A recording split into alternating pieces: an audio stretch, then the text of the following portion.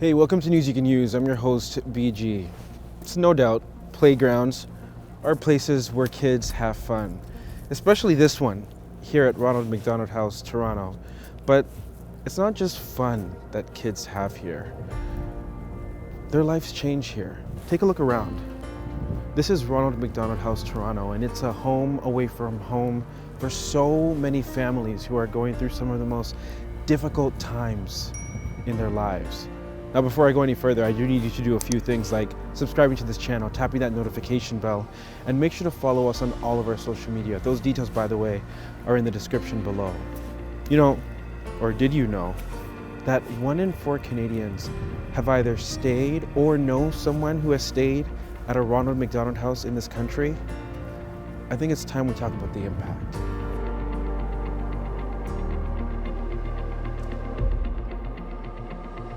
So Kathy, I know you guys just celebrated a pretty big anniversary here at the Toronto House not too long ago. You guys impact Canadians from coast to coast to coast. Yeah, there's no question. We opened the first house in Toronto in 1981. We now have 16 Ronald McDonald houses coast to coast across the country. Wow. And 17 Ronald McDonald family rooms, which is like a mini house right inside the hospital. So on tough windows and days, when you don't even want to be more than 10 steps from your child's bedside, you can go inside, have a cup of tea, have a nap, do a load of laundry, have a shower, whatever you need to get through the day with your family and for your child. The reality of healing a sick child in Canada today is that thanks to medical advances, more children are healing today than ever before. Well, that's great. It's amazing. Yeah. It's the only thing we all really care about. Yeah. The challenge is that healing journey is taking more treatments over longer periods of time. So what it means is that for more than half our families, they're with us multiple times throughout the year, and they're often with us multiple times throughout their child's pediatric healing cycle.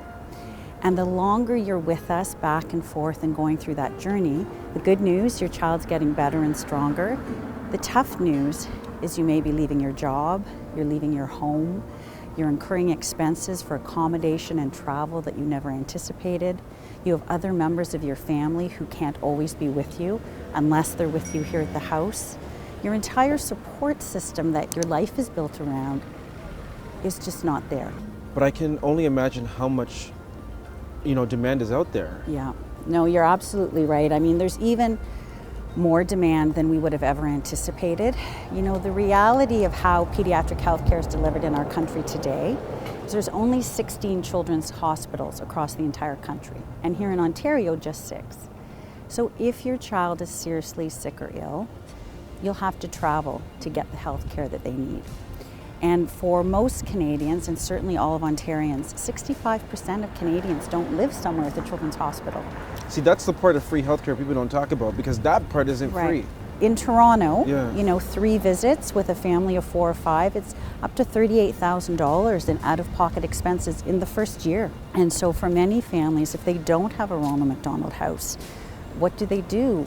Mortgage, debts, credit cards. It can be just really, really difficult. One mom said to me here at the house that a Ronald McDonald House is a place you want to know is there, but never have to use.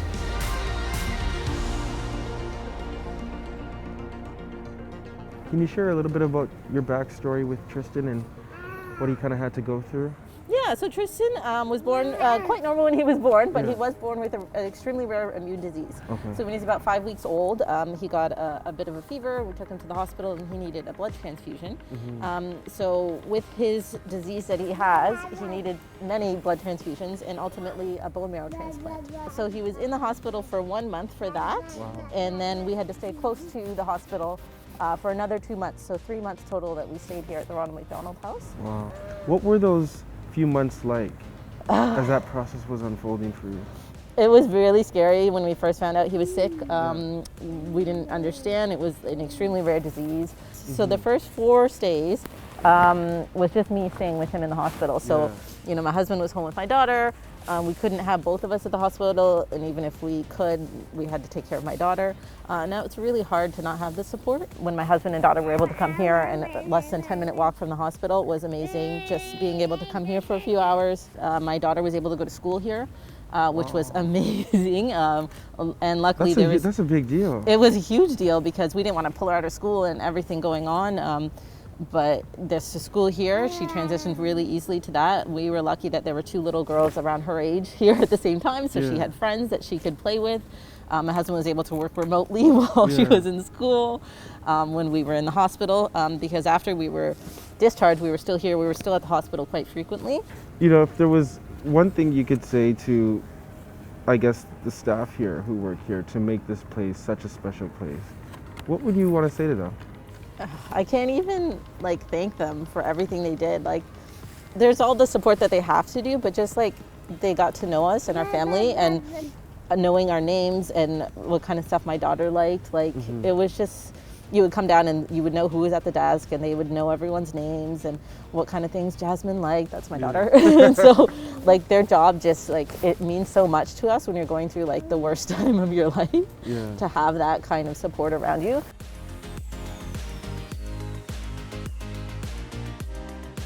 So this space out here, it makes me, when I look at it, feel really calm. Yes. Was that the intention of the space here? So this space was designed as a tranquility garden, and it was really to give families an opportunity to have a quiet space. So even the furniture that we picked out is really nicely laid out that a family can come and just sit down, read a book, spend some time to themselves, and just really relax. You know, with everything going on with their child, it's such a stressful time. So the idea is to give them a nice and tranquil space. It seems like there's so many intentional things that were put into the design of houses across this country. Yes, absolutely. You know, there are small things that make this like a home. Yeah. When you have a 100,000 square foot building, you think to yourself, how do you make it feel like your home?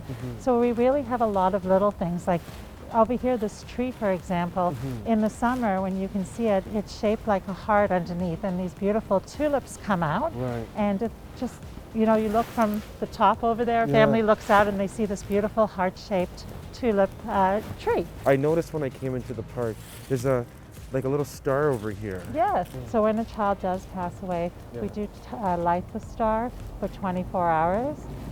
So the family, you know, if they get the news while they're in Toronto, they can come and stand and take some time by the star. Or if the family's not in Toronto and has shared the news with us, we'll share it, and other families will be aware that, you know, someone's lost their child. And it's just our way of showing that, you know, we're here, we're listening, and we just want to acknowledge that this is a very difficult loss for the family. At the same time, sometimes there's a lot of joy that happens here.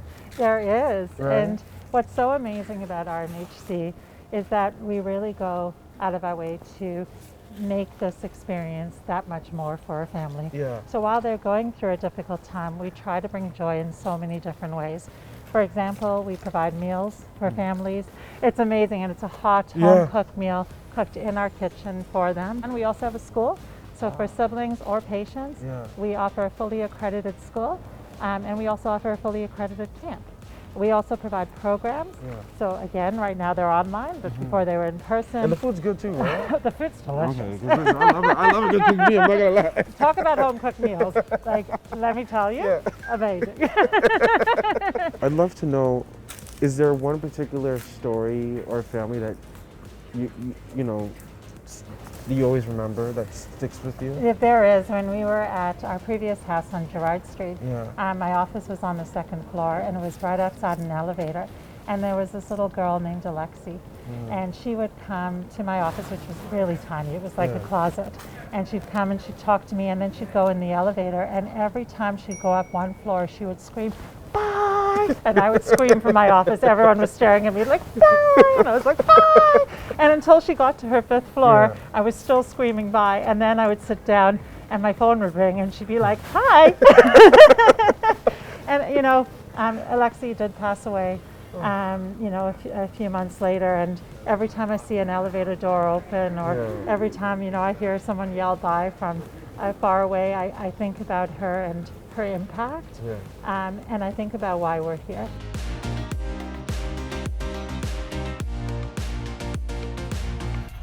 Awesome. This is kind of like a full circle moment. I'm looking at RMHC right there, Ronald McDonald House, the Toronto location. But you had an experience with Ronald McDonald House when you were younger, eh? What was that like? I was premature, and it was just easier for us to stay there. So my mom had somewhere close. Instead of going all the way home, coming back, it would be like an hour drive. They made sure we had somewhere safe to stay, we had food, we didn't have to worry about bills. You know, I want to kind of acknowledge this cool relationship that you have with Danny. And Danny, maybe you could even jump in here. Yeah. Like, how do you know Austin? Yeah, so I know Austin through his family for a long time now. Yeah. My dad taught all of his family, and so we've known each other through school, through education. And then his mom reached out to me to ask if Austin could learn to play the piano, and I said, of course, let's go. Let's get on Let's it. go. Yeah. And then that's just spiraled from the piano to now singing to now bass and songwriting. I did a fundraiser. Yeah. To help raise money for the charity. Yes. How much did you raise? It was like 2,500. That's amazing. Yeah. Goal was 250. Why did you want to do the fundraiser? Because I feel like they've helped me when I was younger, and that's one of many ways I can pay back is by fundraising. And you were just a kid then. Yeah. And how old are you now? 17. 17. And 17 years later, you still recognize how monumental they were in your life. Yeah. So what was the fundraiser like? Like, what did you do?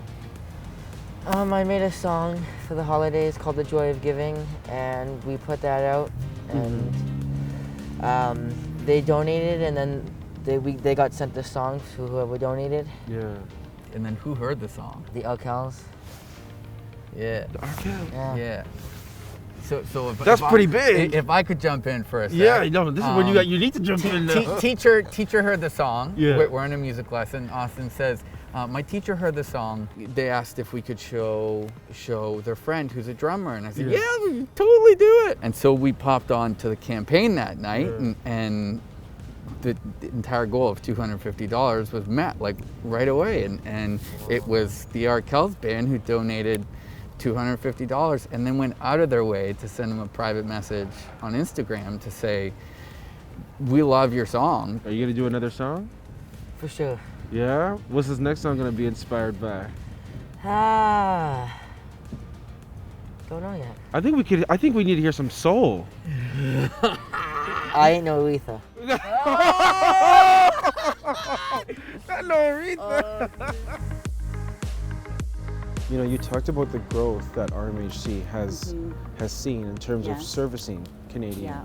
We're so proud that today in an average year we're serving over 26,000 families across the country.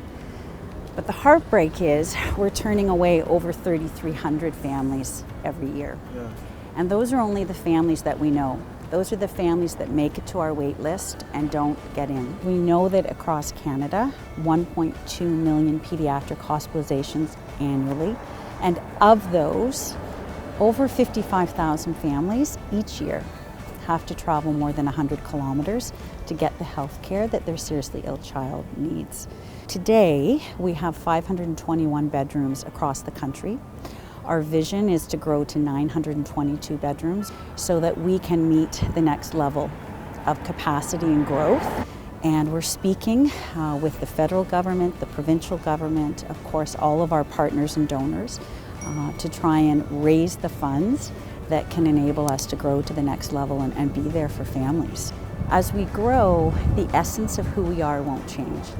Helping one family at a time, helping one family stay close to their sick child, and sort of the quiet magic of families helping families. Thanks so much, Kathleen. Thanks so much for all the hard work you and your team do. Thank Seriously. you. Thank you guys so much for watching this episode of News You Can Use. And listen, if you want to learn more about the impact RMHC has on Canadians from coast to coast across this country, check out the link below. The story is truly heartwarming. And a reminder, listen, if there are any news stories you want us to look into, email us, news@BrandonGonezShow.com. We'll see you soon.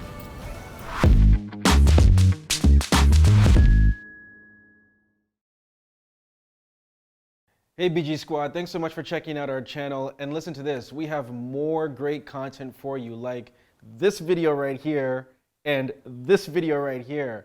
By the way, don't forget to subscribe to this channel right now and tap that notification bell.